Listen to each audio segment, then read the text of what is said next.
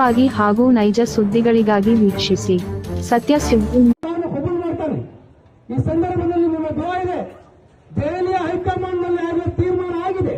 ದಾವಣಗೆರೆ ದಕ್ಷಿಣ ವಿಧಾನಸಭಾ ಕ್ಷೇತ್ರ ಅಲ್ಪಸಂಖ್ಯಾತ ಮುಸ್ಲಿಮರಿಗೆ ಕೊಡಬೇಕು ಅನ್ನೋ ನಿರ್ಧಾರ ಅಲ್ಲಿ ಆಗಿದೆ.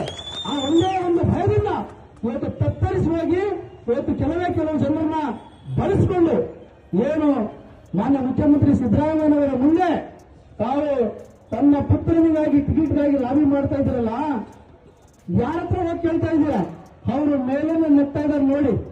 ಅಯ್ಯೋ ದಡ್ಡ, ನೀವು ಬಂದಿರೋದು ನೋಡು, ನಾನು ಅಹಿಂದ ಅಂತ ರಾಜ್ಯ ತಿರುಗ್ತಾ ಇದ್ದೀನಿ, ನೀವು ಬಂದು ಅಹಿಂದದ ವಿರುದ್ಧ ಅಹಿಂದದ ಚಿಂತೆ ಮುಂದೆ ಬಂದು ಕೇಳ್ತಾ ಇದ್ದೀರಲ್ಲ ಅಂತ ಮನಸ್ಸಿನಲ್ಲಿ ಹೇಳ್ಕೊಳ್ತಾ ಇದ್ದಾರೆ. ನೋವಾಗ್ತಾ ಇದೆ ಅವರಿಗೆ. ಇಂತಹ ಪರಿಸ್ಥಿತಿ ನಮಗೆ ಬರಬಾರ್ದು. ಒಂದು 3 ದಿವಸದ ಕೆಳಗಡೆ ನಾನು ಸೋಷಿಯಲ್ ಮೀಡಿಯಾದಲ್ಲಿ ನೋಡಿದೆ, ನಮ್ಮ ಜಿಲ್ಲಾ ಮಂತ್ರಿಗಳು ಕೆಲವು ಜನಕ್ಕೆ ತನ್ನ ಮಗನಿಗೆ ಟಿಕೆಟ್ಗೆ ಶಿಫಾರಸು ಮಾಡಲಿಕ್ಕೆ ಬೆಂಗಳೂರಿಗೆ ಕರ್ಕೊಂಡು ಹೋಗಿದ್ದಾರೆ. ಕೈಯಲ್ಲಿ ಕೋಲ್ ಯಾವಾಗ ಬರುತ್ತೆ ಅಂತ ಹೇಳಿದ್ರೆ ಕಾಲಲ್ಲಿ ಶಕ್ತಿ ಕಡಿಮೆ ಆದಾಗ, ತನ್ನ ಶಕ್ತಿ ಯಾವಾಗ ಕಡಿಮೆ ಆಗಿದೆ ಅಂತ ಸಾಬೀತುಪಡಿಸುವಂತ ಸಂದರ್ಭ ದುರದೃಷ್ಟಕರವಾಗಿ ಎಸ್ ಮಲ್ಲಿಕಾರ್ಜುನ ಅವರಿಗೆ ಬಂತು. ಹಾಗೆ ಅವರ ಆಪ್ತರು, ಅವ್ರ ಜೊತೆಗೆ ಹೋಗಿರ್ತಕ್ಕಂಥವ್ರು ರಾಜಕೀಯ ಧುರೀಣರು ಒಬ್ಬರ ಜೊತೆ ನನ್ನ ಮಾತುಕತೆ ಆಯ್ತು. ಏನಾಯ್ತು, ನಿನ್ನೆ ಹೋಗಿ ಬೆಂಗಳೂರಿಗೆ ಫಲಪ್ರದ ಅಂತ ಹೇಳಿದೆ. ಇಲ್ಲ, ನಮ್ಮ ಸೌಕರ್ಯ ಯಾರಿಗೂ ಇಂಥವ್ರಿಗೆ ಕೊಡ್ರಿ ಅಂತ ಹೇಳಿಲ್ಲ, ಹೈಕಮಾಂಡ್ ಜೊತೆ ಚರ್ಚೆ ಮಾಡಿ ಮಾತಾಡ್ತೀವಿ ಅಂತ ಹೇಳಿದ್ರು. ಅಚ್ಚಾ, ಆ ಒಂದು ನಿಯೋಗ ಹೋಗಿತ್ತಲ್ಲ, ಅದರಲ್ಲಿ ಸಾಧು ವೀರಶೈವ ಸಮಾಜದ ಸದಸ್ಯರು ಎಷ್ಟು ಜನ ಇದ್ರು ಅಂತ ಹೇಳಿದ್ರು. ಉತ್ತರನೇ ಇಲ್ಲ.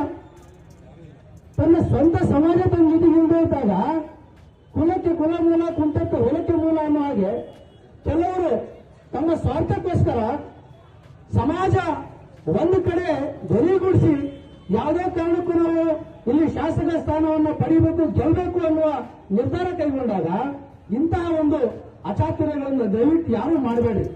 ತಮ್ಮ ಸ್ವಾರ್ಥಕ್ಕಾಗಿ ಸಮಾಜವನ್ನ ಬಲಿ ಕೊಡಬೇಡಿ. 100ಕ್ಕೆ 100ರಷ್ಟು ಸತ್ಯ.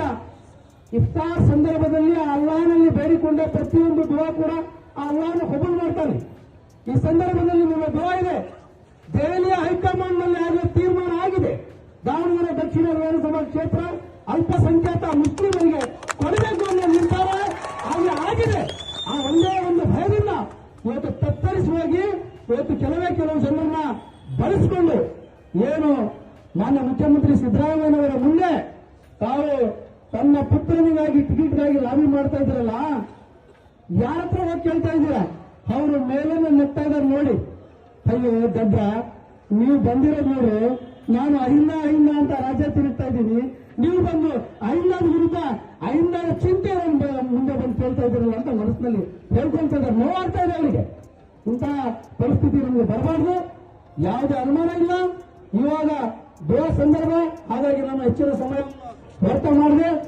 ನನ್ನ ಒಂದೇ ಒಂದು ಕಳಕಳಿ, ತಾವು ಇರುವಂತಹ ಅಲ್ಪ ಸಮಯವನ್ನ ಅತಿ ಹೆಚ್ಚಾಗಿ ಮುಂದಿನ ಅಭ್ಯರ್ಥಿಯನ್ನು ಗೆಲ್ಲಿಸಲಿಕ್ಕೆ ಪ್ರಚಾರ ಮಾಡಬೇಕು ಅಂತ ಹೇಳಿ ನನ್ನ ಮಾತಿಗೆ